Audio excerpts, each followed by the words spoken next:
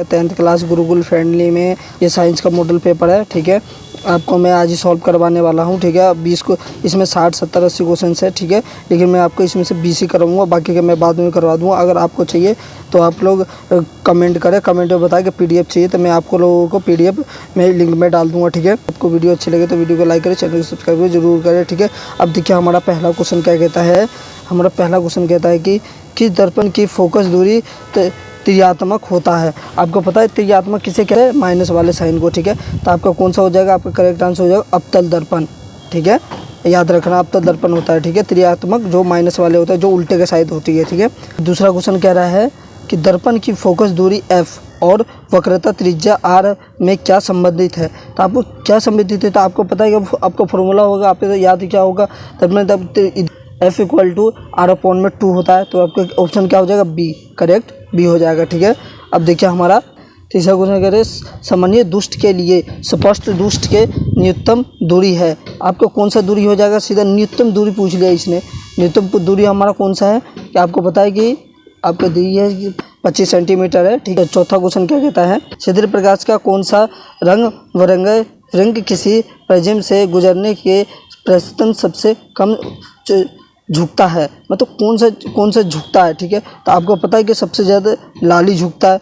और पांचवा क्वेश्चन कहता है मानव आँख की रेटिना द्वारा बनाई गई छवि मतलब आपका प्रतिबिंब। ठीक है, जो आपका परछाई होता है वो। ठीक है, तो अब देखिए हमारे क्या है, तो आपका करेक्ट आंसर हो जाएगा क्या हो जाएगा? आपको पता प्रतिबिंब, वास्तविक और उल्टा। अब देखिए हमारा छठा क्वेश्चन कहता है आकाश का रंग नीला प्रतीत होता है। तो आपको पता है कि आकाश का नीला किसके वजह से प्रतीत हमें दिखाई देता है? प्रकाश के परिघनन के कारण। ठीक है, याद रखना ये क्रम या 2 नंबर आपको पॉइंट से मिल जाएंगे। ठीक है, देखिए हमारा 7वां क्वेश्चन क्या कहता है कि किस दर्पण से वस्तु का प्रतिबिंब बड़ा बनाता है? किस वजह से बनता है? आपको देखो जो हमारा अवतल दर्पण होता है उसमें तो देखिए जितना दूर जाओगे उतना ही बड़ा दिखाएगा। ठीक है, आपका जो हमारा समतल दर्पण होता है उसके जितना दूर जाओगे उतना छोटा करेगा। ठीक है, तो आपके देखिए ये हमारा बी हो जाएगा। ठीक है, अवतल दर्पण करेक्ट आंसर है। तो ये 8वां क्वेश्चन कहता है निम्नलिखित में से कौन सा लेंस निकट दृष्टि दोष को ठीक करने के लिए उपयोग किया जाता है? किसके लिए दृष्टि दोष?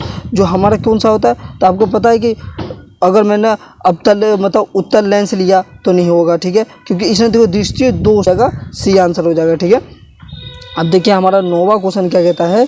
9वां क्वेश्चन हमें क्या कहता है तिक में से कौन उपकरण विद्युत धारा की उपस्थिति दर्शाता है? उपस्थिति धारा तो मतलब विद्युत धारा जो करंट बिजली के बाद चलिए तो आपका सीधे कौन होता है? गोलोमीटर। याद रखना गोलोमीटर। जो अभी आप अगर ऐसा पूछे तो गोलोमीटर सीधे बिना देखे गोलोमीटर पे आप के लगा सकते हो। ठीक है, 10वां क्वेश्चन कहता है कि दाएं हाथ की अंगूठी के नियम को किसने प्रतिष्ठित किया था? मतलब जो हमारे दाएं हाथ को अंगूठा के बाद चल रहा है तो किसने किया था? मंगेशोवल। ये अजीब नाम है। ठीक है, डी आंसर हो जाएगा हमारा। 11वां क्वेश्चन कहता है कि विभवांतर का ऐसा मात्रक होता है। तो आपको पता है ऐसा मात्रक क्या होता है? वोल्ट। सीधी से याद रखना। ठीक है, अब देखिए हमारा कहता है 12वां क्वेश्चन क्या कहता है निम्नलिखित में से किस संयोजन का द्वारा प्रतिरोध का मान बढ़ता है? किसका मान बढ़ता है? आपको पता है कि सीधे क्रम। ठीक है, क्रम में। ठीक है, अब देखिए 13वां क्वेश्चन क्या कहता है चुंबकीय बल रेखा की प्राकृतिक होती है प्राकृतिक मतलब उसका प्राकृतिक पूछे तो आपको क्या होता है? काल्पनिक। ठीक है, ये हो जाएगा हमारा ए हो जाएगा इसका। 14वां क्वेश्चन क्या कहता है 1 किलोवाट घंटा किसके बराबर होता है? किसके बराबर होता है? आपको पता है? आपको पता है सीधा करेक्ट आंसर हो जाएगा सी। ठीक है, अब देखिए हमारा 15वां क्वेश्चन कह रहा है कि नवीकरणीय ऊर्जा का स्रोत क्या है? आपको स्रोत क्या है? तो आपको सौर ऊर्जा। ठीक है, अब चल देखिए हमारा 16वां क्वेश्चन कहता है कि कौन सा लेंस अपसारी लेंस भी कहा जाता है? अपसारी लेंस भी कहा जाता है तो अवतल लेंस होता है। ठीक है, करेक्ट आंसर ये हो जाएगा। तो आप देखिए 17वां क्वेश्चन कहता है प्रकाश का प्रतिस्थापिक वर्ग कौन है? तो आपको पता है उपरोक्त सभी है। ठीक है, लाल भी है, नीला भी है, हरा भी है। ठीक है, ये सब है। 18वां क्वेश्चन कहता है निम्नलिखित में से कौन से नियम का रंगीन भाग होता है? कौन सा रंग होता है भाग? ये होता है आई सीरीज। ठीक है, और नाम अजीब है। ठीक है, IHP क्या बराबर है तो आपको सीधी सी बात है आपको बराबर हो जाएगा ए। ठीक है, और 20वां क्वेश्चन क्या कहता है विशालिक शीशा में मैग्नीफाइंग ग्लास होता है तो क्या सा होता है आपका? उत्तल लेंस। ठीक है, CO2 एक है मतलब ये कह रहा है CO2 एक है मतलब ये पूछ रहा है कि अम्लीय है, क्षारीय है, लवण है, अनिश्वनीय है, तो आपका करेक्ट आंसर हो जाएगा क्षारीय। ठीक है। हमारा दूसरा क्या कहता है, धातु ऑक्साइड पर ये होता है, मतलब धातु ऑक्साइड पर ये होता है तो कौन सा होता है, क्षारीय होता है या अम्लीय होता है, उदासीन होता है, कोई नहीं। इसका मतलब सीधे होता है हमारा अम्लीय होता है। ठीक है। तीसरा क्वेश्चन कहता है कॉपर फ्लोराइड। देखिए तो कॉपर का ये है, ये सिंपल ये है कि CuFeS2 क्या है, अयस्क है, मतलब लोहा कह रहा है। ठीक है। तो ये किस चीज़ का होता है, लोहे तांबे का होता है कि लोहे का होता है कि सल्फर का होता है कि इनमें से कोई नहीं, तो ये तांबे का होता है। ठीक है। करेक्ट आंसर हमारा ए हो जाएगा। हमारा चौथा क्वेश्चन क्या कहता है, विद्युत अपघटन में ऑक्सीकरण होता है। ऑक्सीकरण होता है या नहीं होता, आपको ये होता है किस में होता है, तो यूक्लिड पर होता है। ठीक है। अब देखिए हमारा पांचवा क्वेश्चन क्या कहता है कि निम्नलिखित में से कौन संयुक्त हाइड्रोकार्बन है। तो इसमें कौन हो जाएगा आपका, तो सीधे आंसर है आपका डायरेक्टली आपका डी हो जाएगा। ठीक है। कहता है छठा क्वेश्चन क्या कहता है कि हीरा एवं ग्रेफाइट, ये ग्रेफाइट किस में होता है, तो आपको पता है कि कार्बन एवं अप्रोन में होता है। ठीक है। अब देखिए हमारा सातवां क्वेश्चन क्या कहता है, अल्कोहल का सामान्य सूत्र है। देखिए अल्कोहल का जो सूत्र पूछता है हमेशा हमारा कौन सा होता है, तो देखिए ये याद रखिए। ठीक है। आपका ये हो जाएगा कि हमारा आठवां क्वेश्चन क्या कहता है कि निम्नलिखित में से कौन सा संयोगी यौगिक है। संयोगी यौगिक कौन सा था, आपका हो जाएगा CH4। ठीक है। आपका ऑप्शन ए हो जाएगा। ठीक। नौवा कह रहा है कि कार्बन क्या है, कार्बन क्या है, तो एक अधातु है। ठीक है। धातु नहीं होता, यह धातु होता है। ठीक है। कहता है 10वां क्वेश्चन कहता है किसी वोल्टमीटर के स्केल पर क्या OV और IV के बीच 20 विभाजन क्षेत्र चिरे है तो क्या वोल्टमीटर का है, मतलब अलग माप है, तो आपको क्या हो जाएगा, करेक्ट आंसर बी हो जाएगा। ठीक है।